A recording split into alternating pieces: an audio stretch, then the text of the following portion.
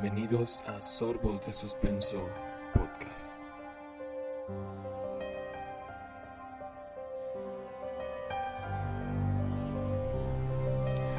Uno suele tener bien claro en su cabeza lo que son los juegos de niños. Creemos firmemente en que nada terrible puede pasar cuando se trata de niños haciendo sus jugarretas. Y es que se supone que no existe la maldad en ellos, que siendo criaturas tan pequeñas e inocentes que es difícil de imaginar que sean capaces de hacer alguna monstruosidad digna del adulto más macabro. Por un segundo, pareciera que nada saldría mal si un niño se pierde en la ciudad y se descubre que han sido un par de criaturas sus secuestradores, porque, al fin y al cabo, seguro se trata solamente de una travesura. Pero como siempre decimos, no todo es lo que parece, y menos cuando se trata de criminales. Escuchas, vayan a llenar su taza con café y den junto a nosotros unos sorbos de suspenso mientras hablamos de el asesinato de James Bulger.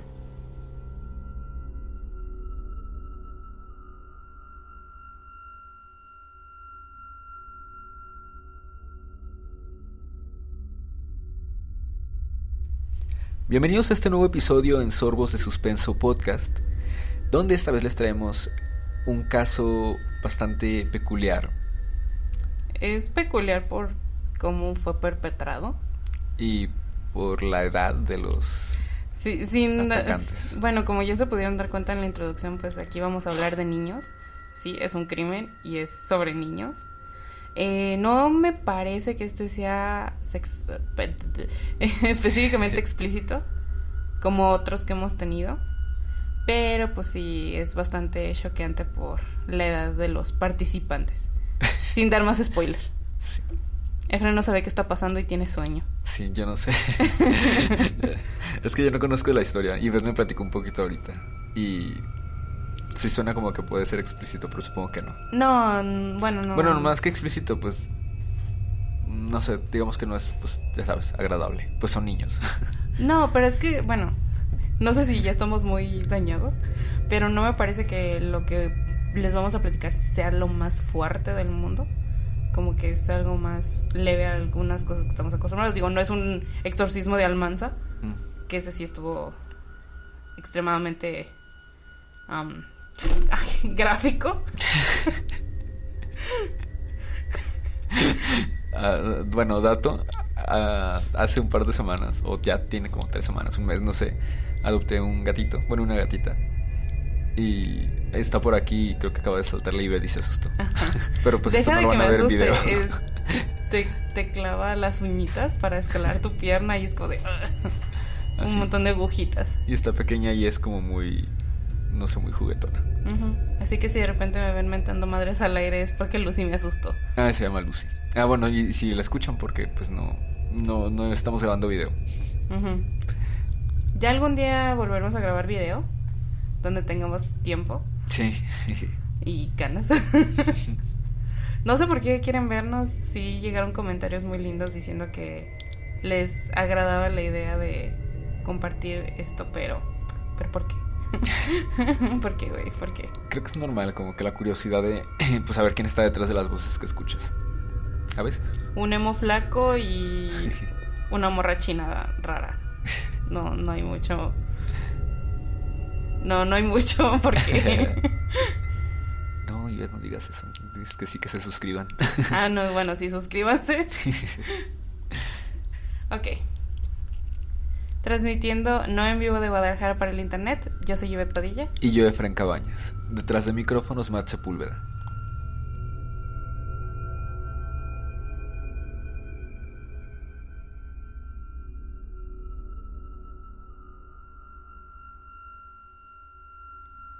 Nuestra historia comienza con Denise Fergus, la madre de James Bulger. Ella fue la segunda más joven entre 3 hermanos y había dejado el colegio a los 16. Se había criado pensando que la maternidad era el rol más importante de su vida. Se enamoró de Ralph Stephen Bulger y se fueron a vivir juntos.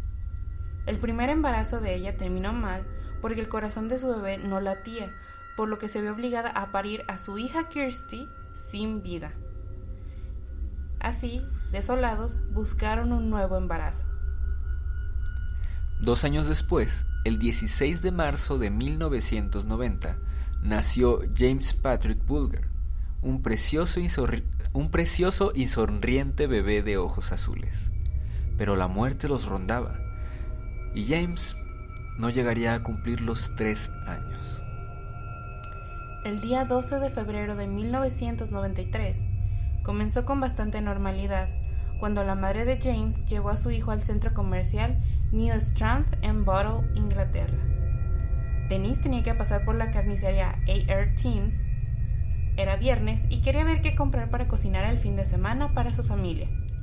Soltó por unos momentos la mano de su hijo James, de 2 años, que estaba parado junto a ella, y se concentró en el vendedor que le atendía del otro lado del mostrador. Thompson y Venables vieron la oportunidad que habían buscado, ya que su madre le había quitado los ojos de encima momentáneamente a su hijo. Ellos buscaban una pequeña víctima en la cual descargar su ira y sus ganas de diversión. Pero, ¿quiénes eran estos 2 criminales? Y ojo que aquí es donde las cosas empiezan a poner raras. Digo, de por sí ya con los demás ya se imaginan para dónde va y que no es nada agradable. John Venables nació el 11 de agosto de 1982 en el seno de una familia compleja. Esto quiere decir que para el momento del caso tenía, aproximadamente 10 años, 10 a 11 años. Este niño nació en el seno de una familia compleja, padres divorciados de nombres Neil y Susan Venables, maltratados en la casa, y además tenía hermanos con discapacidades. Los celos por la poca atención que recibía harían estragos en él. En 1991 fue expulsado del colegio por sus conductas violentas contra sus compañeros. John pasaba jueves y domingos con su madre y el resto de la semana con su padre. Por su parte, Robert Thompson, nacido el 23 de agosto de 1982, se mostró durante el juicio como un pequeño imperturbable. En el colegio tenía fama de matón y mentiroso compulsivo. A los 8 años pasaba gran parte de su tiempo en la calle con delincuentes. Era el 5º hijo de 7 hermanos. Su padre golpeador dejó a su madre Ann, una alcohólica, cuando él tenía 5 años. Una semana después, la casa fue devorada por las llamas. Ann posteriormente intentó suicidarse. Sí, aquí empezamos a ver la naturaleza de estos chicos. Que tenían 10 años para el momento en el que sucede este caso. Alrededor de 10 años. Sí. Robert Thompson y John Venables eran muy amigos y encontraban placer torturando animales.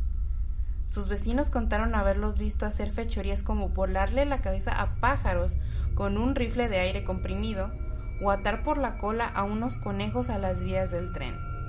En el colegio solían robar a sus compañeros. La dupla infantil escalaba la maldad bajo el comando de Thompson.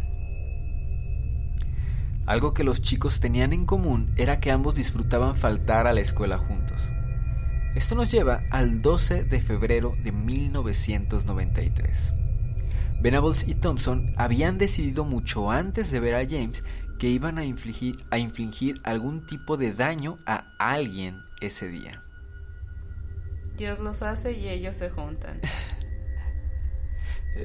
Le comentaba a Ivette hace un rato que pues, me estaba platicando como que a grandes rasgos el caso, que es lo que siempre se me hace como bastante curioso y feo.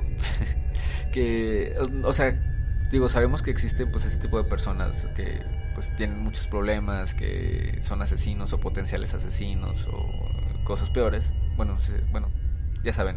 Sí, bueno, se imaginan que...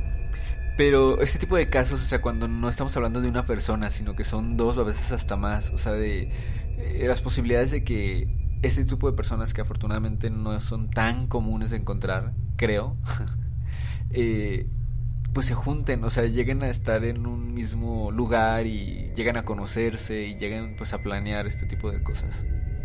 Sí, porque siento que nosotros lo vemos desde nuestra experiencia de, hipotéticamente hablando, si un día se nos ocurriera matar a alguien y se lo dijéramos a un amigo, lo más probable es que ese amigo pues se vaya corriendo.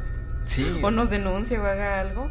Mínimo que diga, no, pero yo no le entro a eso. Ajá, sí, o por lo menos, pues no sé, lo que sea, pero menos apoyarte, ¿no? Ajá. O sea, pero pues sí, se dan coincidencias de que dos personas dañadas, porque es lo que podemos concluir de sus antecedentes familiares, venían de familias rotas, que no les prestaban mucha atención, la mamá de uno se había intentado suicidar.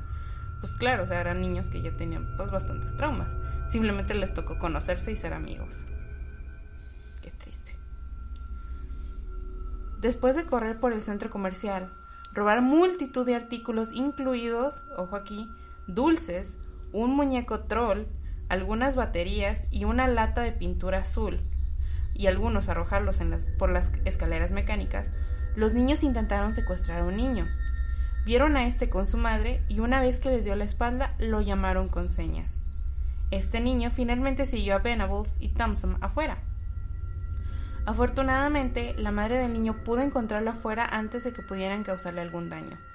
Pero se argumenta que los niños esperaban empujar al pequeño hacia el tráfico para provocar un grave accidente de tráfico y con suerte la muerte del menor. o sea, la única finalidad de esto era tal cual causarle daño A alguien. O sea, prácticamente ni siquiera les importaba como la forma, ¿no? O no tanto, no sé. Era como Sí, que es lo más sencillo, ¿no? Que eso lo vamos a ir desarrollando a lo largo del episodio, pero sí, ellos no tenían la misma maldad que un adulto. El adulto... A mí me suena como que tenían bastante. O sea, a lo que yo me refiero es que tú sabes cómo es un asesino en serie. O un asesino que dice, yo quiero asfixiarlo porque me gusta asfixiar gente. Aquí eran niños que tal vez simplemente tenían como que mucha ira o mucho dolor reprimido, querían ser violentos. Porque pues yo siento que es hasta cierto punto normal, ¿no? Cuando los niños se sienten mal, muchas veces lo descargan con violencia, como haciendo berrinches, golpeándose a sí mismos o intentando darle una cachetada a sus padres. Obviamente estas conductas no están bien y tienen que ser corregidas, pero pues ¿quién iba a corregir a este par? Sí, bueno, sí, eso sí también. Después de su primer intento fallido de secuestro, los chicos no se rindieron. Pronto vieron a James con su madre en una carnicería en el centro comercial. La madre de James, Denise, describió el tiempo que les tomó a Venables y Thompson secuestrar a su hijo como menos de 1 minuto. Dijo que sacó dinero de su bolso para pagarle al carnicero y luego miró hacia abajo para ver que su hijo se había ido. Venables y Thompson habían llamado la atención de James precisamente en el momento adecuado y lo habían llevado antes de que Denise tuviera la oportunidad de notar algo. Y es aquí donde quiero recalcar que no fue negligencia parental, porque yo entiendo que muchas veces cuando hay un secuestro infantil o similar, muchas veces pues aunque no es culpa tal cual de los padres, porque finalmente la culpa siempre es del criminal, pero muchas veces pues tú sabes que los dejan en el parque y ellos están bien metidos en Snapchat en Instagram o cosas así, que no le están prestando atención. Pero aquí literalmente la señora le soltó la manita para pagar y ya no estaba, o sea, fue cosa de segundos. Sí, pues sí, algo completamente normal, ¿no? Y justamente en cuanto termina de pagar, pues voltea a ver que su hijo esté bien. Pero pues ya no estaba. Fue justo después de ese momento que las imágenes del CCTV o las cámaras de seguridad en el centro comercial captan a Venables sacando al niño del centro comercial de la mano, y desgraciadamente este metraje se puede encontrar online todavía. ¿Lo viste? No, yo no quiero verlo más que nada porque no quiero participar en la cultura del morbo. O sea, yo sé que todo esto que hacemos es cultura de morbo, pero así como que ver la imagen se me hace un poquito ya demasiado. Que alguien... Y sobre todo me daría muchísimo coraje de ver que está monetizando o algo así. Bueno, sí. Me daría mucho coraje, entonces yo no quise verlo. Dicen que se puede encontrar, estoy segura de que se puede encontrar. Pues sí, digo, al final pues solo se lo están llevando, ¿no? Ajá, o sea, no es nada grave, pero pues ahorita vamos a decirles qué pasó después. Thompson y Venables llevaron a Bulger al canal de Leeds y Liverpool. a un cuarto de milla del centro comercial New Strand, donde lo dejaron caer de cabeza y sufrió heridas en la cara. Los chicos bromearon acerca de empujar a Bulger al canal. Un testigo, durante el juicio, dijo que cuando vio a Bulger en el canal, estaba llorando a muerte. Durante una caminata de 4 kilómetros a través de Liverpool, 38 personas vieron a los chicos, pero la mayoría de los transeúntes no hicieron nada para intervenir. Y pues es que, pues eran niños, ¿no? Sí, o sea, todo gira en torno a su edad. 2 personas desafiaron a Thompson y Venables, pero afirmaron que Bulger era su hermano o que estaba perdido y lo estaban llevando a una estación de policía. En un momento, los niños llevaron a Bulger a una tienda de mascotas, de donde fueron expulsados.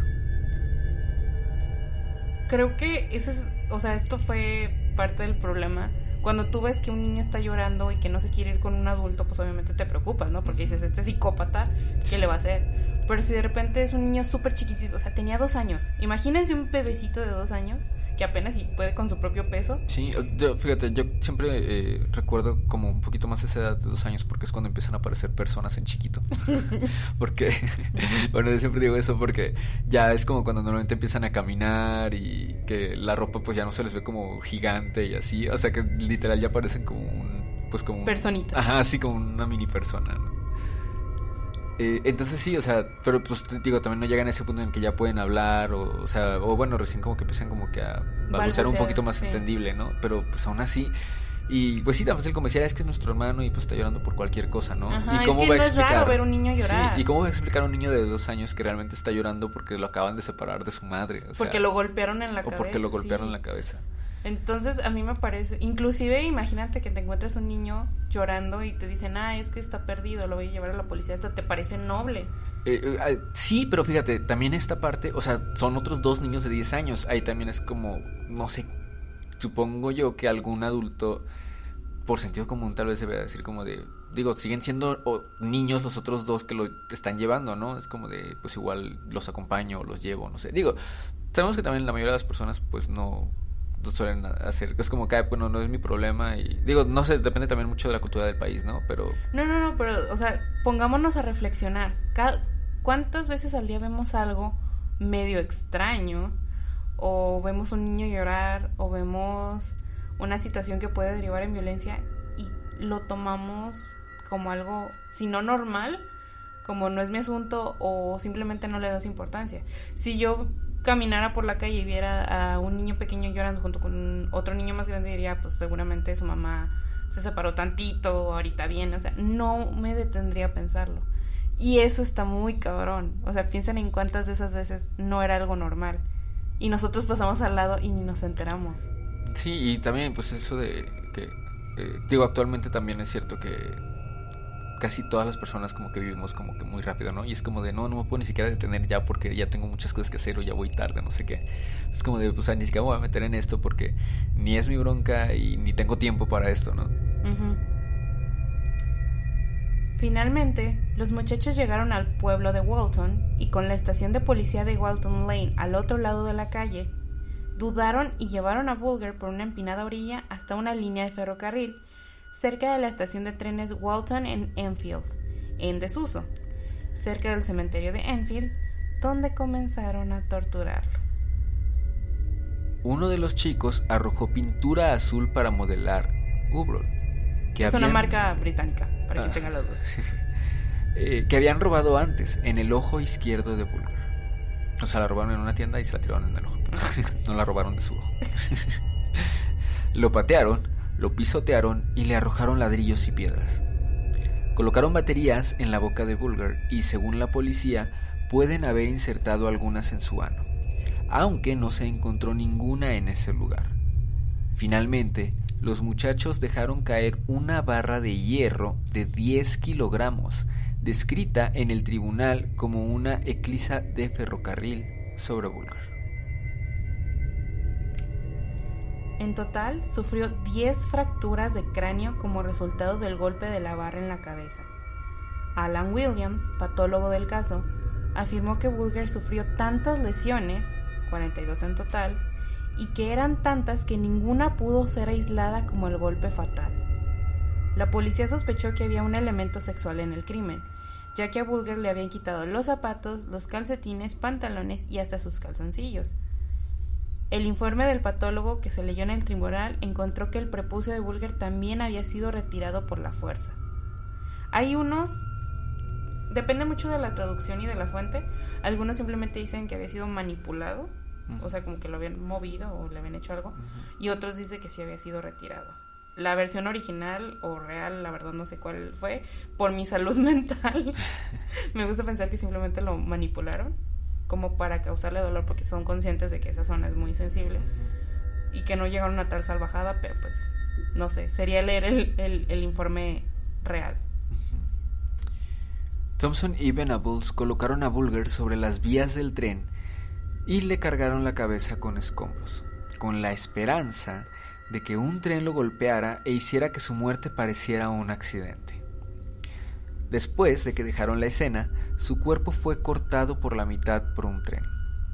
El cuerpo cortado de Bulger fue descubierto por escolares 2 días después, el 14 de febrero. Un patólogo forense testificó que había muerto antes de ser atropellado por el tren. Imagínate el shock de esos pobres escolares caminando después de la secundaria o algo así y encontrarse semejante escena.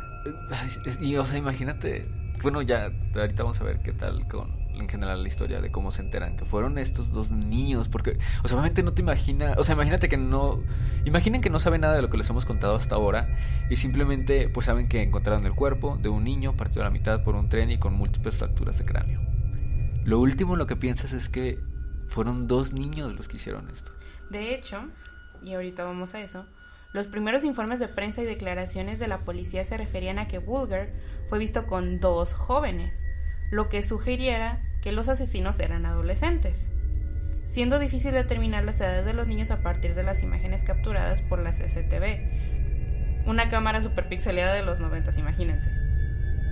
Cuando los noticieros vespertinos dan la noticia de que un niño pequeño ha desaparecido dentro del centro comercial, las familias británicas se espantan, sienten que les podría haber pasado a ellos.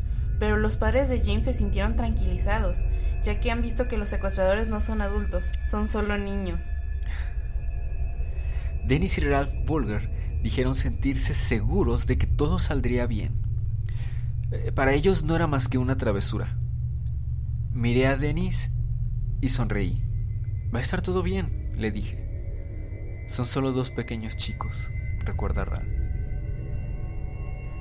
Después de un viernes y sábado frenéticos para la familia y la policía, llegó el domingo 14 de febrero. Ese día se halló a James Bulger sobre las vías de la estación abandonada Walton and Enfield. Eso es, a mí en lo particular, lo que se me hizo más culero del caso. Sí.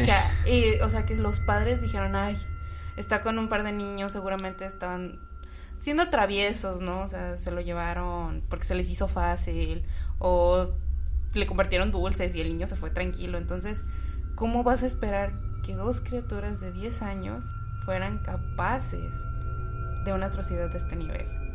Sí, o sea, prácticamente, o sea, de la desaparición es como que la única pista, entre comillas, que tienen, y es pues algo que no se ve pues mal, o sea, que pudiera acabar pues de la forma en la que terminó. Sí, claro, o sea, volvemos a lo mismo, o sea, si tú ves a un niño siendo secuestrado por un adulto, piensas lo peor. Dices, este psicópata es un pedófilo, es un asesino, es un tratante de... Traficante de órganos. Traficante de órganos, un tratante de blancas. Entonces como que piensas lo peor, pero de repente ves a un niño y dices, bueno, quería un amiguito nuevo. Sí, a lo mejor solo le hablaron y ya, ¿no? O sea...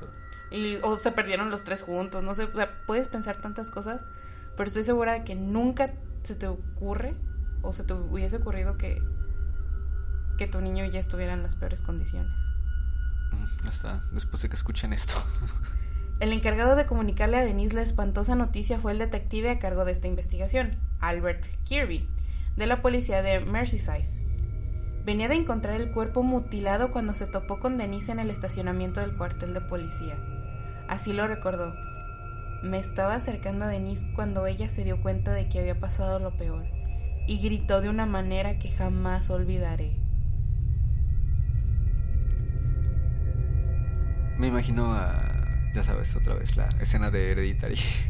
Sí, de la madre desesperada. Sí. Y aparte, algo que no está en el guión, pero que sí leí, que se me hizo muy culero, es que al inicio, cuando llega Denise y le dice que perdió al niño y que pues ya, obviamente ya alertó a la policía, ya lo buscaron por todo el centro comercial, viene esta temporada de calma, de todo va a estar bien, pero después cuando se dan cuenta, su marido, Ralph, si mal no estoy, Ralph. la acusa y le dice que es su culpa por haberlo descuidado. Y Denise entró en una depresión muy cabrón. Entonces imagínate cómo fue el golpe de mi hijo está muerto y creo que es mi culpa. Es algo horrible. Y como le digo, aquí no hubo negligencia paternal. Aquí no hubo simplemente lo dejé en el parque y yo me fui. Sí, o sea, no. Lo soltó de la mano. Un segundo. Cada vez que pienso en estos casos, me dan ganas de comprar una de esas correas para niños. Ay, sí. Yo tenía una de chiquita que se me agarraba la muñeca y siempre fue como de, ay, mi mamá, qué exagerada. Y es como de, no, le voy a poner correa a todos mis hijos. Ya sé. Y va a ser de metal, me vale que los traes como perros, no importa. O sea, y es que ni siquiera es como, ay, no sé, o sea, fue de noche, estaban en un lugar peligroso, o sea, fue a poner la luz del día en un centro comercial, en una carnicería. Fueron niños. O sea, pero, sí, o sea, es todo, las posibilidades de que menos tenía de suceder fue lo que pasó. Fue una mujer que había observado el video en la televisión la que aportaría los nombres. Era una maestra que había reconocido en esas figuras borrosas a 2 alumnos suyos, muy problemáticos, que justamente el viernes 12 habían faltado a su clase. 2 días después del hallazgo del cuerpo, ella se presentó en la estación de policía Marsh Lane de Bottle y dijo que John Venables y Robert Thompson no habían ido al colegio aquel viernes, que había visto en la manga de John el día anterior pintura azul y que los 2 secuestradores que todos habían visto en la televisión tenían solamente 10 años. Y también quiero aclarar que esto fue un golpe de suerte. Las imágenes de la cámara eran súper borrosísimas. De hecho, esas imágenes se las vamos a dejar en... ¿Cómo se dice? En Instagram, ya saben. Y pues sí, o sea, la mayoría diría cómo los reconoció. Fue un golpe de suerte que la maestra viera casualmente ese noticiero y dijera, yo sé quiénes son. Y se atreviera, porque de otra manera, pues ni siquiera tenían sospechoso. ¿Cómo sospechas de un niño de 10 años? Es que... Sí, o sea, es que no... Es que, chale. Sí, no, o sea, es que es lo último en lo que piensas, de verdad no es como de, ya sé qué pasó, o sea, ajá. No. Creo que inclusive pensarías que una persona adulta los mandó, ¿no? Y, o sea, es incluso como de, hay que salvar a los 3 niños, ¿no? Ajá. Porque debe haber alguien detrás de... No, uno no pensaría que, sí, fueron esos 2 niños. Claro, la maestra se ve que eran problemáticos porque, como dijimos, ya tenían cierta fama. Ya sabían que eran matones, ya sabían que eran muy groseros, que les encantaba faltar a clases, que su familia no hacía nada por prestarles el mínimo de atención. Y es que incluso así, o sea, creo que a lo mejor todos en primaria, pues ya sabes, ¿no? O sea, siempre estaba el típico niño desmadroso, ¿no? Uh-huh. En la primaria, en la secundaria, en todo. Pero pues aún así, o sea, ¿sabes? O quieres pensar que no llegarían a hacer algo así. O sea, nadie quiere pensar que alguien sería capaz de hacer eso, pero la maldad no tiene edad. Las pruebas forenses confirmaron que ambos niños tenían la misma pintura azul en la ropa que se encontró en el cuerpo de Bulger. Ambos tenían sangre en sus zapatos. La sangre en el zapato de Thompson coincidía con la de Bulger a través de una prueba de ADN. Un patrón de hematomas en la mejilla derecha de este coincidía con las características de la parte superior de un zapato usado por Thompson. Una marca de pintura en la punta de uno de los zapatos de Venables indicaba que debió haber usado algo de fuerza cuando pateó al niño. Se dice que Thompson le preguntó a la policía si el niño de 2 años había sido llevado al hospital para resucitarlo. Es que no dejan de ser niños. O sea, yo sé, esto es monstruoso, no los estoy justificando, pero siento que hasta cierto punto no captan o están demasiado pequeños como para entender el alcance de lo que estaban haciendo. Y creo que es así como de, ¿sí lo resucitaron? No sé, me suena un comentario demasiado infantil. Sí. Esto es muy macabro. Sí, o sea, porque como que generalmente... o sea, como que te imaginas entre, es una persona normal, o sea, o buena, no sé, o es un monstruo, ¿no? Uh-huh. Pero cuando da como que estos destellos de que sigue siendo un niño, o sea, supongo yo que a este punto todos tienen en mente que estos dos niños eran pues tal cual unos monstruos por todo lo que hicieron, pero de repente está este tipo de cosas, por ejemplo, al ser detenidos, el primero en confesar fue John Venables. Yo lo maté. ¿Qué le dirán a su mamá? ¿Le puedo decir que lo siento? Se mostraba inquieto y gritaba histéricamente que quería quitarse la ropa porque olía al bebé muerto. O sea, sí. Es que no sé, o sea, como que es que es raro, sí, se siente muy extraño. Ya lo tienes mentalizado como que un completo monstruo y de repente también como que estas cosas como de, es que no, o sea, ¿qué es esto? O sea, es un niño. Es que siguen siendo niños. Y es a lo que siempre hemos hablado en este podcast. Está muy cabrón, sí, pero también pregúntate ¿qué los llevó a eso? Son niños. O sea, a esa edad la máxima maldad es quitarle la cabeza a una Barbie o algo así. Ya sé. O pintarle la cara, no sé. Entonces, de repente darte cuenta de que hicieron todo esto, o sea, sí está muy cabrón y sí te asusta, pero también no quita que no comprenden, o yo siento que a los 10 años todavía como que no comprendes el alcance total de una muerte. Es algo, sí, me siento muy rara. No sé si sentir pena o enojo. Ya sé, es que no sé, ya tampoco. Robert Thompson, en cambio, fue frío. Negó todo con vehemencia, pero se delató dando detalles de lo que llevaba puesto James Bulger esa tarde. Thompson, impasible, preguntó si habían llevado el pequeño al hospital para revivirlo. La prensa lo bautizó así como el chico que no llora. En ese entonces se convirtió en el pequeño más odiado por la opinión pública de su país. Y recordemos también que Thompson siempre fue el que dirigió todo, ¿no? Digámoslo de alguna forma. Sí. El 1 de noviembre de 1993 comenzó el juicio que se prolongó durante 3 semanas. Se los juzgó como adultos. Los pequeños acusados estuvieron sentados en unos bancos más altos de lo normal para poder ver lo que ocurría. No, ya. Sin palabras.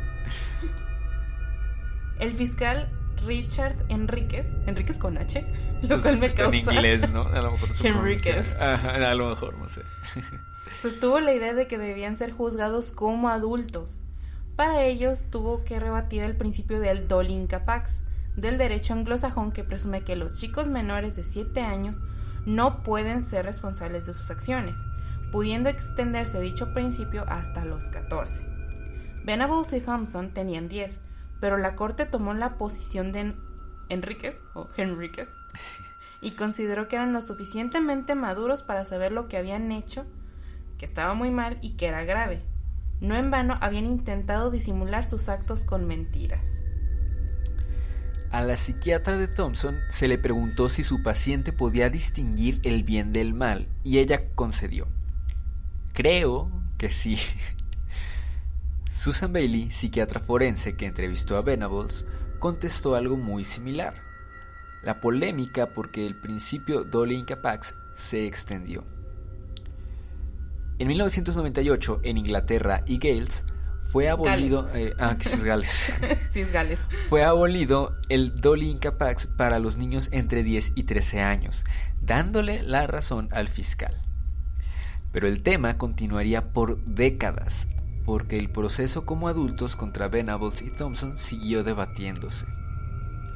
La policía reprodujo durante el juicio 20 horas de entrevistas grabadas con los acusados, quienes no hablaron en público. Quedaba claro que Thompson encarnaba el rol de líder. Lawrence Lee, abogado de Venables en ese entonces, dijo de Thompson: es el chico más temible que he visto en la vida.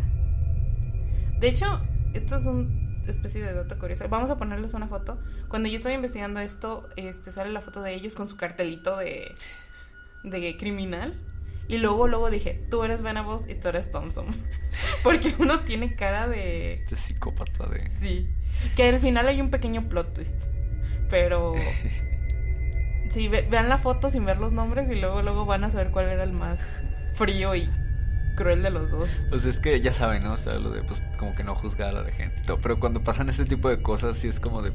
Sí. O sea, les había comentado que últimamente estaba escuchando un podcast que se llama No Salgas de Casa. Y estas chicas también ponen las fotos en Instagram. Y muchas veces los ves y es como de... No sé, como que fotos como de el sospechoso, número tal, sospechoso tal y el culpable, ¿no? Y es como de, o sea, sí tenía que ser él. O sea, tiene toda la cara de que era él. Tiene toda la pinta de psicópata, sí. Sí, digo, pasa. Denise, la mamá de James, no asistió prácticamente al juicio porque estaba en la recta final de su embarazo de Michael. Revivir los crudos hechos que se exponían era totalmente desaconsejable. El 24 de noviembre de 1993, Venables y Thompson fueron declarados culpables. Se habían convertido en los convictos más jóvenes en la historia moderna de Gran Bretaña. El juez pidió un mínimo de 8 años de cárcel y autorizó que sus nombres fueran revelados. Recordemos que los menores de edad usualmente son protegidos bajo una ley y de hecho a partir de al inicio del juicio me parece habían pasado a ser niño A y niño B. Pero claro, muchos ya conocían sus nombres, así que aquí ya dio la orden o permitió que se revelaran. Y esto último fue muy criticado. El diario The Sun comenzó una campaña con una petición para aumentar la pena y se juntaron 280,000 firmas. La presión tuvo éxito y, en julio de 1994, se anunció que los culpables pasarían al menos 15 años en prisión. Pero las apelaciones y las diferentes opiniones de los letrados y de la justicia fueron moviendo ese límite. En 1999, la Corte Europea de Derechos Humanos consideró que el juicio no había sido justo y que el trato a los menores acusados había sido injusto y degradante. Por supuesto que la familia de Bulger no estaba de acuerdo con esto. Dijeron que ellos eran quienes se sentían degradados y desamparados. O sea, lo que le hicieron al niño no fue injusto y degradante. Ajá, básica. Creo que, o sea, los quiero entender. Finalmente, pues sí se pasaron por el forro los cojones el Don Linka Pax, que se supone que los libraba de ciertas consecuencias. Pero pues también, o sea, es un asesinato en primer grado. No pueden quitarle eso. Yo sé que son niños y a mí personalmente creo que lo más importante era llevarlos a un psiquiatra, sí, a tratar todos sus problemas y a tratar de averiguar qué pasó ahí. Pero pues sí, o sea, es el dolor de una familia que pues no iban a recuperar a su bebé, que era un bebé. Sí, yo sé que 2 años ya caminan, ya medio hablan, pero sigue siendo un bebecito. Poco tiempo después del juicio por el crimen de James, nacería el tercer hijo de la pareja, Michael Burger. Pero la relación estaba detonada. El horror era demasiado peso y en 1995 se divorciaron. Justo es lo que está pensando, como, o sea, tuvieron otro hijo después de que este güey le echó la culpa a Dennis. Después, o sea, para empezar ya había perdido a un hijo. Ella se vio obligada a parir a su hija muerta, o sea, no quiero imaginarme lo difícil. Pobre esta señora. Lo difícil que fue eso. Y de repente pierde el niño, le echa la culpa. Creo, según tengo entendido, que después el hombre se disculpó, que dijo que pues que fue la ira, pero pues en el momento sí fue como, es que tú lo descuidaste, tú no lo dejaste. Y todavía un tercer niño, no, pues ellos dos ya no podían estar juntos, sí, ya era demasiado. Luego de la sentencia, Robert Thompson fue recluido en el Centro de Seguridad y Cuidados Barton Moose en Manchester, John Venables en Bardy House en St. Helens en Merseyside, demasiado cerca de los Bulger. A John Venables sus padres lo visitaban periódicamente. La madre de Thompson iba cada 3 días. Tuvieron una educación y rehabilitación. Un equipo de psiquiatras contratado por los abogados de los Bulger determinó que Thompson encajaba en el perfil de psicópata. No demostraba ningún remordimiento. Y es que en estos casos que, o sea, digo, los estaban pues rehabilitando, ¿no? Pero por ejemplo aquí, o sea, cuando se veía como que pues iba a ser un psicópata, o sea, ¿qué? O sea, igual pues salen y pues ya sale y es psicópata o no es psicópata, pero pues ya se acabó su condena, ya, bye. No, pero espérate, digo que hay un plot twist al final de esta historia. Ok, a ver. En ese tiempo los especialistas debatían las causas que habían llevado a Venables y Thompson a cometer el crimen. Culpaban alternativamente al pasado, a las familias de los acusados, a las malas compañías, a las películas violentas de moda. Clásico. A los Nintendos. Pero, para otros, eso no era suficiente explicación. No toda familia disfuncional o violenta prohija asesinos. Ni todo adicto a las películas violentas resulta ser un torturador. ¿Era una sola causa o había causas concurrentes? ¿Podían los filmes ser instigadores? ¿El crimen era el resultado de mentes patológicas y perturbadas o de niños que crecieron en ambientes hostiles? Las respuestas eran más bien conjeturas. Durante la investigación se comprobó que la película Child's Play 3, o para los Méxicos Chucky 3, el Chucky 3, era uno de los videos que el padre de John Venables, Neil, había alquilado meses antes del asesinato, pero no se pudo constatar si John lo había visto. Aún así, las similitudes con algunos elementos del crimen abonaron la teoría de que los chicos habían copiado a Chucky. Ese muñeco siniestro poseído por el alma de un asesino serial es salpicado en una escena con pintura azul. En el interrogatorio, los niños asesinos habían dicho que el filme los había inspirado. En el programa de la televisión inglesa The New Revelations sobre los motivos que podrían haber llevado a esos chicos a hacer lo que hicieron, esgrimieron la teoría de los celos de Thompson sobre su hermano menor. Lo sostuvieron sobre la base de los dichos de una cuidadora de Thompson durante su reclusión, que aseguró estar sorprendida por el parecido físico entre el hermano menor de Thompson y James. Misma edad, mismo aspecto, mismos ojos azules, mismo pelo rubio. Igualmente bellos. Me hizo pensar que pudo haber algo de rechazo a su hermano y que eso estuviera conectado con lo que hizo. Un parecido podría ser motivo de semejante crimen. El programa enfureció a Denise. No puedo sentir empatía por los malvados asesinos de mi adorado hijo, que tenía solo 2 años. De hecho, hay un documental que se hizo en base al caso, que ganó creo que un premio como mejor cortometraje. Los padres lo odian. ¿El documental? Sí, como que no les pidieron permiso y intentan irse mucho como por el camino de comprender que los asesinos pues eran niños. No, ellos lo detestan. Al final les vamos a dejar la referencia del artículo donde yo saqué la mayor parte de esta investigación, que es muy bueno, pero sí decían que los padres estaban furiosos y que decían no deben de darle ningún premio, están abusando de nuestro dolor para pues hacer por así decirlo, este circo mediático, y no les parecía justo. Supongo yo que pues sí ha de tener una muy buena calidad cinematográfica y que también intentaba como que ahondar un poco en eso de eran niños de 10 años que los hizo asesinos, pero pues la familia de verdad no ha logrado superarlo, no ha logrado perdonar. No pido que lo hagan porque pues yo sé que es un dolor inimaginable, pero pues sí dicen que estaban furiosos cuando salió este documental y que le piden a la gente que por favor no lo consuma.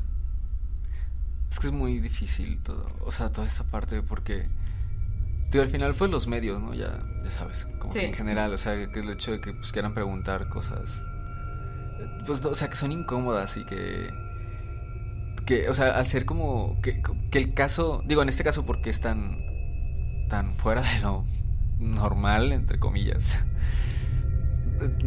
no sé, o sea, es que incluso, por ejemplo, al hacer un documental siento que casi siempre es muy raro que haya alguno que sí sea como que un poquito neutro. Generalmente sí se inclinan como en hacer quedar más mal al asesino o en tratar de que sientas empatía por él. O sea, siento que muchas veces sí tienen como, sí se nota como que el enfoque que le quieren dar, o sea, es muy raro que sí sea completamente neutro. Es como, por ejemplo, no sé si has visto, aquí hay un meme en Facebook que es como de, ay, cuando se está, no sé, cuando un león se come a un venado, o no sé, algo así, ¿no? Que es como de cuando estás viendo un documental de venados, es como de, ay, no, corre, pobrecito. Pero cuando estás viendo un documental de leones, era como, ay, sí, pues se tiene que alimentar, ¿no? O sea, no hay bronca. Y depende mucho del enfoque que te estén dando en lo que estás viendo. Sí, y yo comprendo comprendo su ira, de decir, es que aquí quieren hacer bien a los asesinos. Pero también siento que hay que tenerles cierta empatía a ellos de decir, güey, estaban locos, pero ¿qué los llevó a esa locura? Su familia sí era un asco, o sea, drogadicción, alcoholismo, sí. Una mujer que se quiso suicidar, padres ausentes.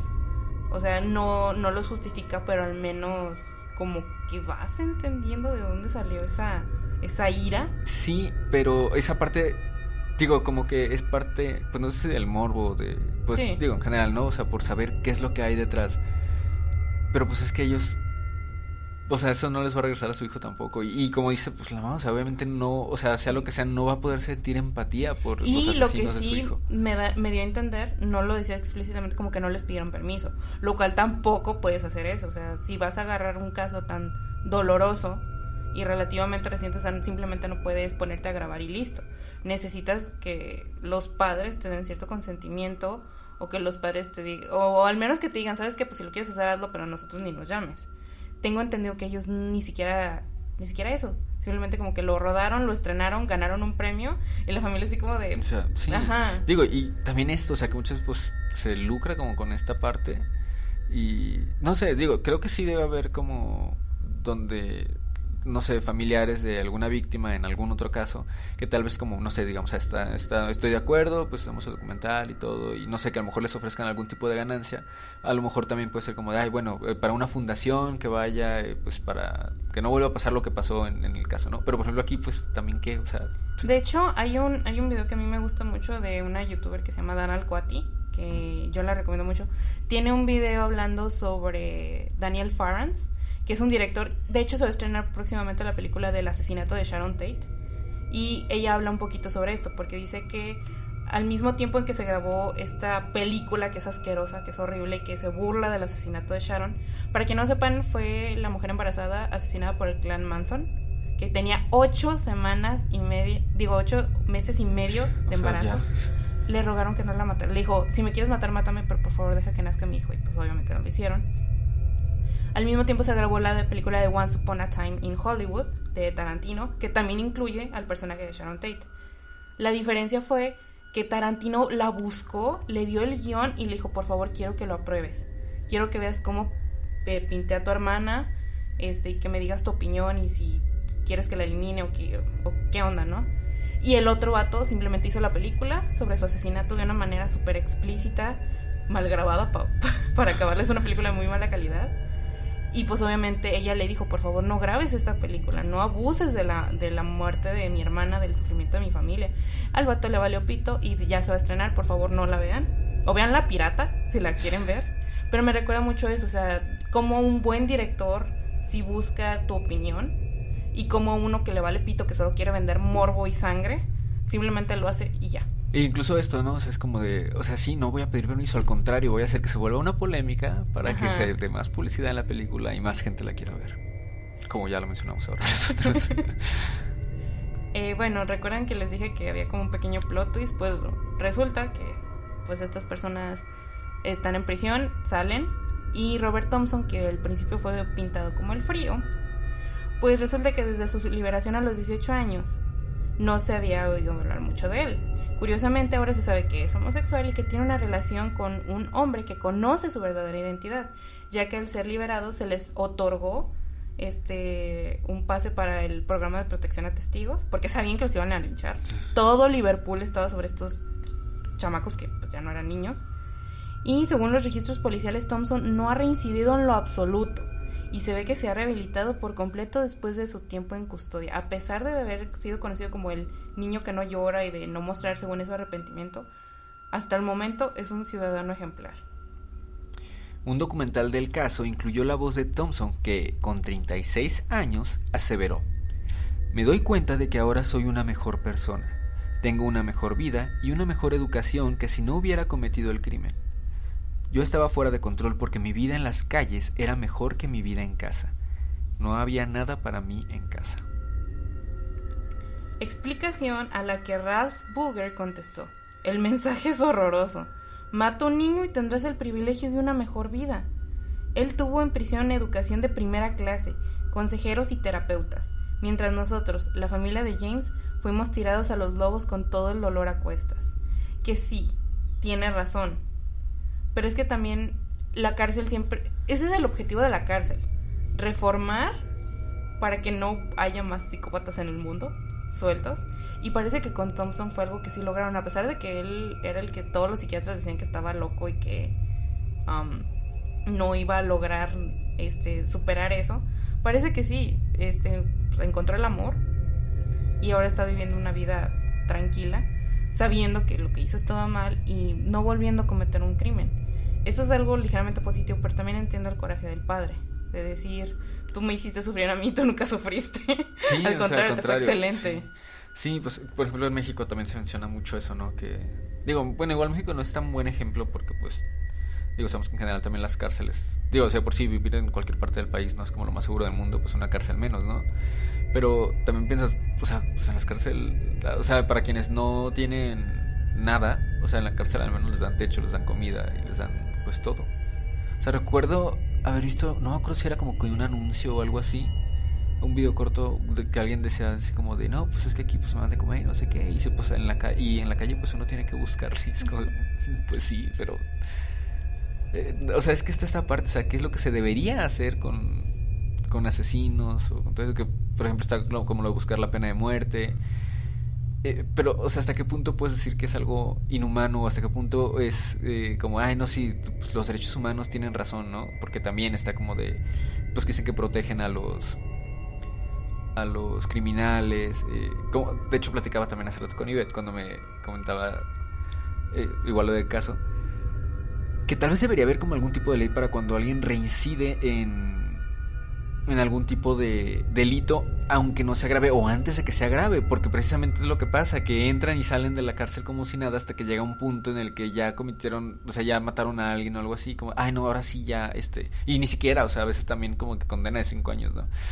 Justo la semana pasada vi un video que ya lo había visto hace algunos años, ya tiene un rato, creo que fue en Aguascalientes, de un ladrón que se mete a una casa donde hay 3 mujeres, creo.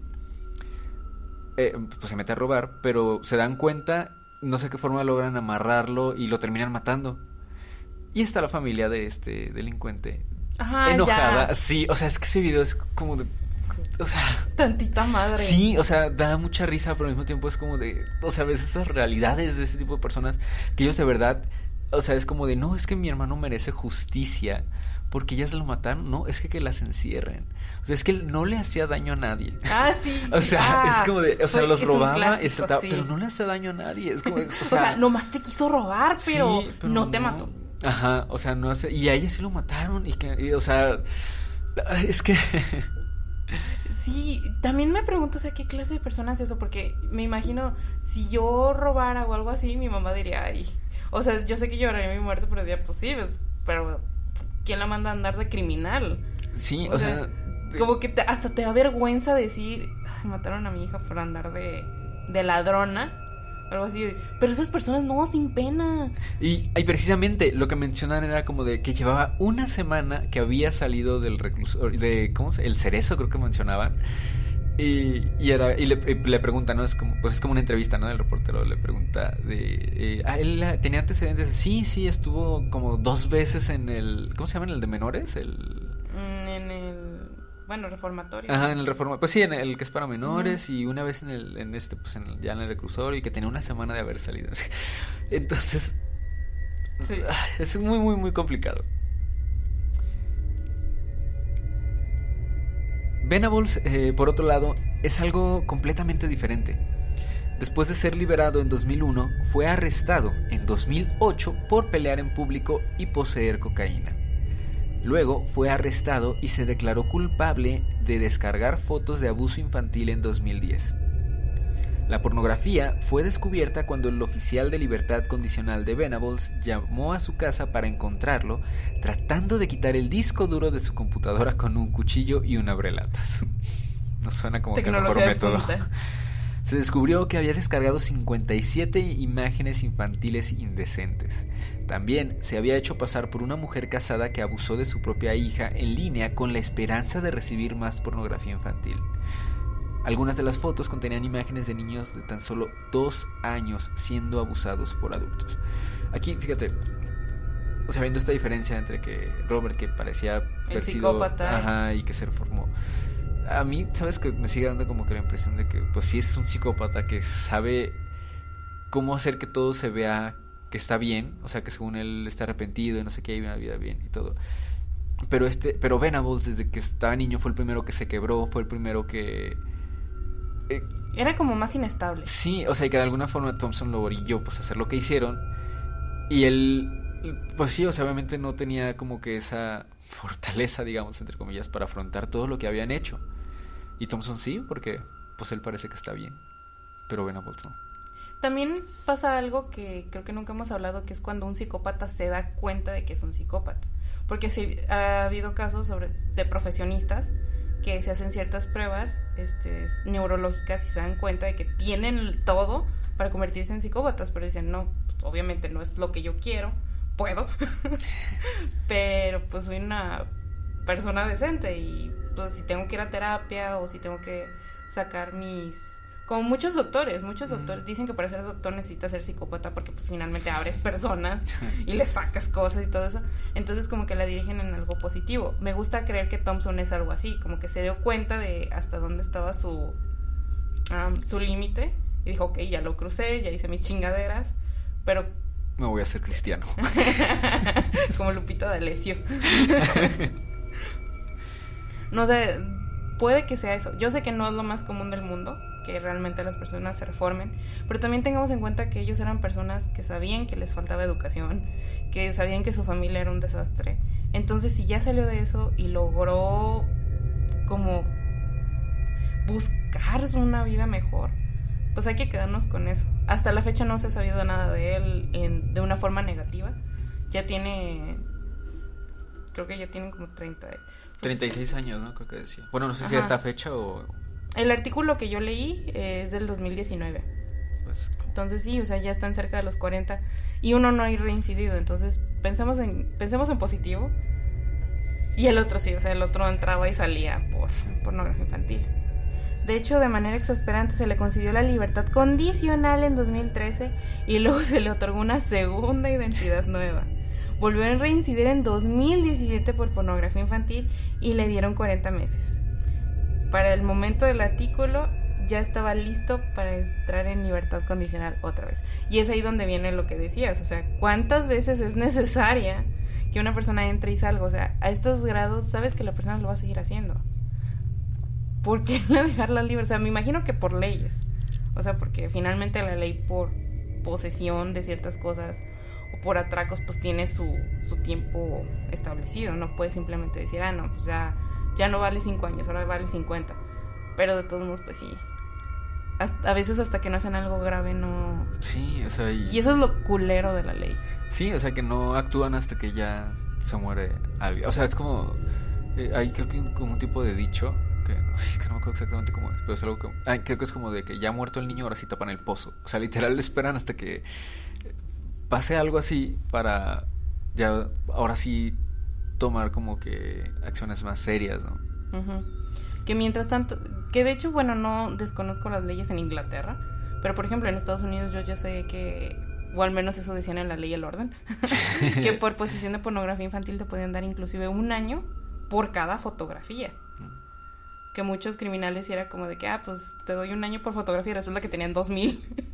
Pues ya son 2000 años, ya el cabrón no sale. No sé cómo sea en Inglaterra, pero sí se me hace para poseer algo tan grave y para tener esos antecedentes, que a cada rato le den la libertad condicional. Sí, o sea, pero digo, también supongo, o sea, quiero pensar que sí les dan como que algún tipo de acompañamiento psiquiátrico, psicológico, porque ¿cuál es la necesidad de encerrarlos nada más? O sea, si tienen una bronca que ahorita a lo mejor, bueno, ya es un delito, no tienen las fotos y demás, no han hecho nada más allá de consumir pornografía, ¿no? Digo que obviamente pues ya de donde se consigue esto pues tampoco obviamente no viene de algo bueno, ¿no?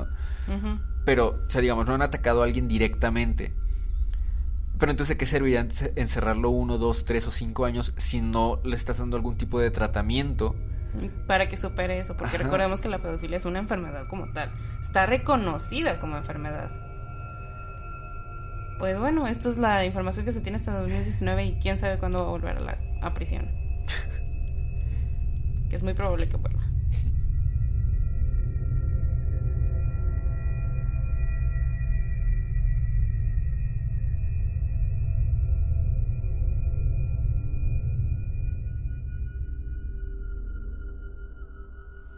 Esto ha sido todo por el episodio de hoy. Esperamos que pues les haya entretenido. Sí, digamos, no gustado, porque deberíamos decir ya siempre entretenido, ¿no? Digo, para las cosas que contamos, pues no. Sí, no es como que te pueden gustar. O bueno, no sé. Pero como... si quieren unirse al debate de estuvo bien que los juzgaran como adultos, estuvo mal, ¿ustedes qué piensan? ¿Ustedes qué hubieran hecho? La verdad es que creo que el problema es cuando te preguntas, ¿yo qué hubiera hecho? Porque a veces no tienes idea. Es un tema muy delicado. Y que también depende de desde dónde lo veas, ¿no? Sí. O sea, no quiero entrar como en polémicas, pues, pero es como un ejemplo así muy general. Siento que, por ejemplo, con el tema del aborto, siento que muchas veces, muchas de las personas que están como que en contra, así en general, o sea, no que tengan ni siquiera, como que es como que la idea general que tienen como de, no, es que matan bebés, ¿no? O sea, literalmente bebés. Y siento que muchas veces como que tienen algún pequeñito en la familia y sienten como de, no, es que es como si lo mataran a él y no, o sea, como que no se lo imaginan, como que lo ven desde esa parte. Sí. Entonces siento que es algo parecido, que depende mucho de lo que tú estés viviendo y de con qué lo compares en tu mente. O sea, como esto, pues en general, si te enteras del asesinato de un niño o algo así, si ya eres padre vas a tratar de imaginar un poco más el dolor de perder a un hijo a que si solo te lo dicen cuando nunca has tenido un hijo. Entonces también tiene mucho que ver pues como que las ideas de cada quien y según las experiencias y demás. Pero sí, díganos ustedes qué piensan del caso. Que les vamos a dejar el link del artículo, es muy bueno. Hay muchísimas cosas que yo no quise incluir para que esto no durara 2 horas, pero pues tiene testimonios de los padres, de qué pensaron del documental, cómo se llama y todo eso. Es de la página de Infobae y lo escribió Carolina Balbiani el 21 de noviembre del 2019, así que les vamos a dejar el link. Si lo quieren revisar, revísenlo, de verdad es muy bueno, está muy completo. Mucha de esta investigación salió de ahí y pues les va a permitir conocer un poquito más sobre el contexto de estas personas. Pues recuerden suscribirse en YouTube, seguirnos en Spotify, en Instagram, darle like a la página de Facebook. Díganos si sí les gustaría como que grabáramos video. Le comentaba a Ivette como que en general, sí, como que en general a lo mejor llegarles a hacer videos como hablando de cualquier tontería. O sea, igual pues relacionada obviamente, o si quieren de cualquier otra cosa pues también. No sé, grabarlos algo así sencillo nada más en el teléfono, unas pláticas de 10, 15 minutos. No sé, díganos a lo mejor si les gustaría algo así. Y pues creo que nada. Eso fue todo por nuestra parte. Nos vemos la siguiente semana, quizá. Transmitiendo no en vivo de Guadalajara para el internet. Yo soy Ivette Padilla. Y yo, Efren Cabañas. Detrás de micrófonos, Matt Sepúlveda. Buenas noches.